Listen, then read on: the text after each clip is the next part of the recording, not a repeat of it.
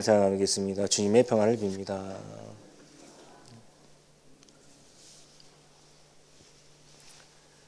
하나님께서 교회를 언급하실 때 늘 하시는 말씀이 있습니다. 교회는 그리스도의 몸이다 라고 말씀해 주셨습니다. 신체에서 몸은 얼굴도 있고 팔도 있고 손도 있고 발도 있습니다. 이 모든 것들이 부분과 전체가 조화가 된다라고 한다면 드디어 우리는 건강한 몸이다 그렇게 말할 수가 있다는 사실입니다. 그런데 만약 어떤 사람이 한쪽 팔을 못 써요. 발을 못 쓰게 되면 건강한 신체가 될 수가 없다는 겁니다. 손이 입에게 말합니다. 너는 왜 먹기만 해? 입이 손에게 말합니다. 너는 걸을 수가 없지. 그렇게 말할 수가 없다는 사실입니다. 각 기관에게 맡겨진 일을 충실히 다하고 교회 전체적으로 봤을 때 하나님의 목적과 뜻이 어디 있느냐 늘 살피는 교회가 참 건강한 교회다 그렇게 말할 수가 있다는 사실입니다. 그런데 만약 이기적으로 혹은 자기중심적으로 행동한다면 교회가 어떻게 되겠습니까? 이기적인 모습과 자기중심적인 모습은 어떤 모습일까요? 두 가지만 한번 비교해 보도록 하겠습니다. 첫째는 책임에 대한 인식입니다. 이기적인 사람은 자신이 책임을 져야 될 때, 그러니까 자신이 져서 사람들한테 돋보일 때 책임을 지려고 합니다. 자신이 했던 공은 재빠르게 소문을 냅니다. 그런데 자신이 책임을 지고 싶지 않았던 행동에 대해서는 다른 사람에게 그 책임을 돌린다는 사실입니다. 자기중심적인 사람은 어떻게 행동할까요? 이 어떤 책임에 대해서 자기중심적인 관점에서만 해석한다는 사실입니다. 예를 들어 팀 과제가 있다고 한다면 자기가 해야 될 부분은 최선을 다하지만 전체적인 그리스도의 몸은 생각하지 않는다는 사실입니다. 둘째는 갈등에서 해결하는 방식입니다. 이기적인 사람의 특징이 있습니다. 그것은 바로 자신의 이익을 위해서만 산다는 겁니다. 예를 들어 다른 기관과 회의실이 겹쳤을 때 자신의 회의가 더 중요하다라고 사람들에게 말한다든지 아니면 규율을 조금씩 바꿔간다든지 때로는 자신의 상사에게 자신의 그 편의성을 잘 설명해서 설득을 시키려고 한다라는 사실입니다. 자기중심적인 사람은 갈등 자체를 아예 이해하지 못합니다. 나는 그냥 이대로가 좋은데 아무런 생각이 없이 살아간다는 사실입니다. 누구나 사람은 이기적이고 자기중심적인 것에서 출발해야 됩니다. 누구나 다 그렇습니다. 제가 설교하고 있는 저 자신도 마찬가지입니다. 그러나 공동체, 즉 하나님께서 말씀하신 핏값으로 사신 교회에 왔을 때는 하나님의 공의가 무엇인지, 그 공이 무엇인지 우리는 늘 하나님께 기도하며 물으며 따지며 나아가야 된다는 사실입니다. 그러한 삶이 진정한 그리스도의 삶 아니겠습니까? 부분에 있어서는 최선을 다하되 교회의 공동체의 목적이 무엇인지, 하나님께서 이 땅 가운데 왜 공동교회를 100년 전에 세우셨는지 그러한 사명감으로 똘똘 뭉친 교회가 참 교회가 아닐까 말씀을 준비하면서 저는 생각해 봅니다. 그래서 신앙생활에 있어서 조금 더 적용해 보자면 오늘 말씀 중심의 제목처럼 하나님 중심으로 살아가는 삶이 바로 교회를 향한 또 하나님의 뜻을 향한 그리스도인 아닐까라고 생각이 들어갑니다. 그러한 사람들이 많아져야 교회가 부흥, 발전, 개선, 마지막에는 심지어 혁명으로 나아갈 수 있는 것입니다. 그렇다면 하나님 중심적으로 산다는 것은 무엇일까요? 한 가지만 나누고 말씀을 마치도록 하겠습니다. 우리는 유다 지파처럼 늘 하나님 중심적으로 살아야 된다는 것이죠. 9절 말씀입니다.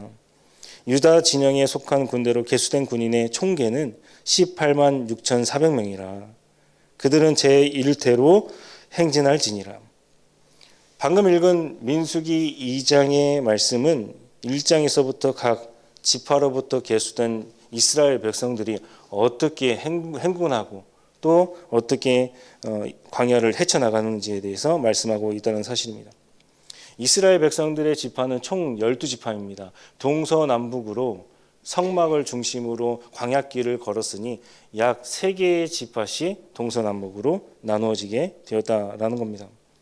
만약 우리가 사는 삶이 광야와 같은 삶이라고 한다면 우리 중심에 누구를 둬야 되겠습니까? 이스라엘 백성들처럼 성막, 즉 하나님 중심으로 우리가 행군을 맞춰서 부분과 전체가 교회가 그렇게 나아가야 된다는 사실입니다. 동서남북 어디를 가든지 간에 어디에 기준을 두든지 간에 그 기준은 중심에 있었습니다. 그것은 바로 하나님 중심이었다는 사실입니다. 그렇다면 동서남북 중에서 가장 맨 앞에 섰던 지파가 어떤 지파일까요? 유다 지파입니다. 맨 마지막에 뒤따라오던 지파는 단 지파였습니다.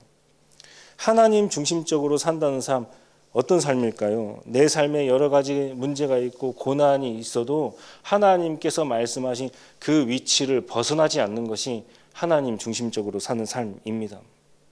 맨 앞에 섰던 유다 지파는 수많은 적들이 와요. 그러면 어디부터 치겠습니까? 선두입니다. 선두.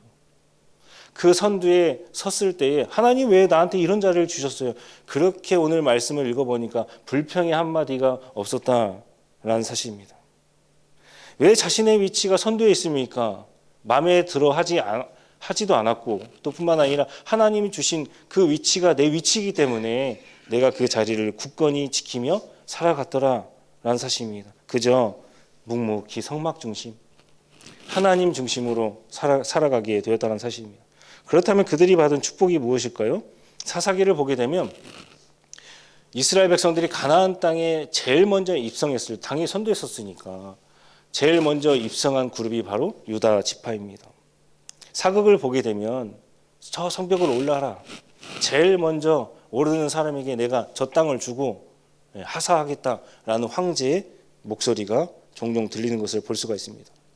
그들이 가나안 땅에 먼저 입성했다는 것은 하나님이 주시는 가장 좋은 땅을 차지할 수가 있게 되었다라는 사실입니다.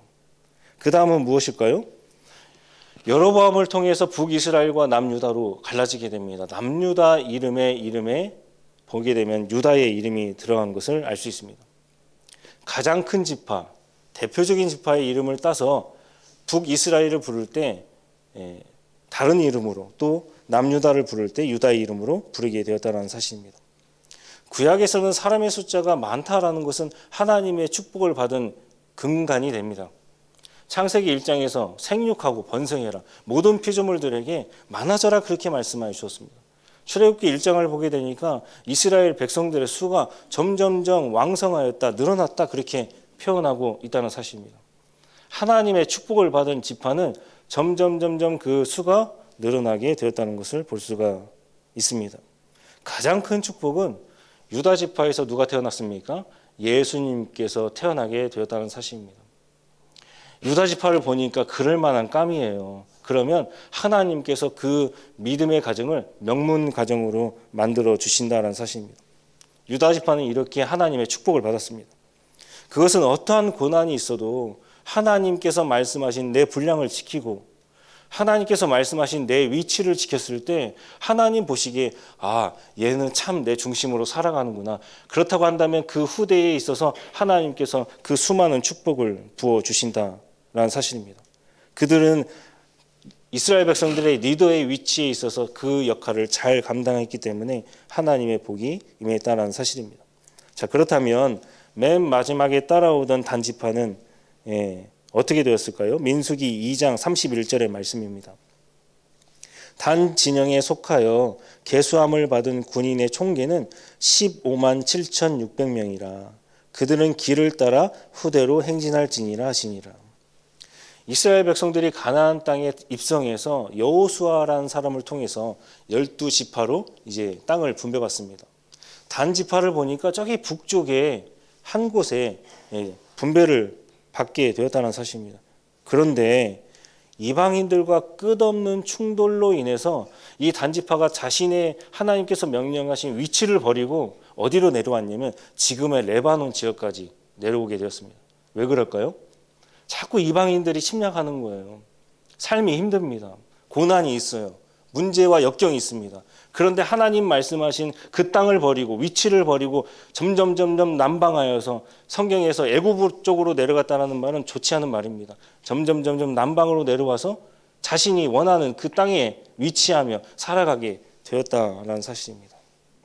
그러니까 무슨 말입니까? 지파적으로는 그 공세를 막아낼 힘이 없었다라는 거예요.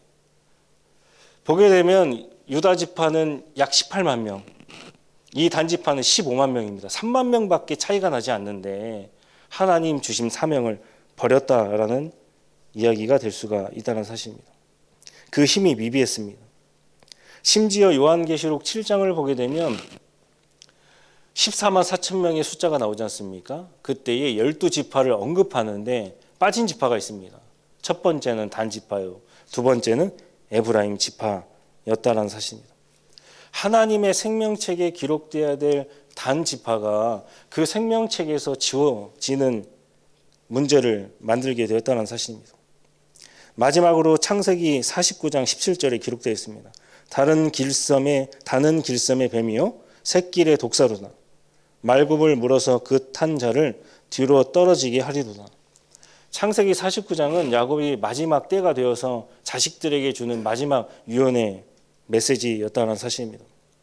성경에서 뱀의 이미지는 예수님께서 말씀하신 것처럼 뱀처럼 지혜롭고 비둘기처럼 순결해라. 말씀 외에 뱀이라고 한다면 좋지 않은 이미지가 상상됩니다. 여러분들은 뱀이라고 한다면, 독사라고 한다면 어떤 이미지가 떠오르십니까? 남을 물어 뜯습니다. 헐뜯는 겁니다. 상처를 내고 죽이는 역할을 하더라라는 겁니다. 유다 지파는 하나님의 일에는 언제든지 선두에 서서 그 위치와 역할을 그리고 사명을 아주 잘 감당했습니다. 그 결과 제가 서두에 말씀드린 것처럼 많은 축복을 누리게 되었습니다. 단 지파는 어떻게 되었을까요? 남을 해하고 그 힘이 미비하고 죽이는 역할을 했기 때문에 마지막 꼴찌에 서서 하나님의 축복을 받지 못했다는 사실입니다. 여러분들은 어떻게 신앙생활을 하고 계신가요?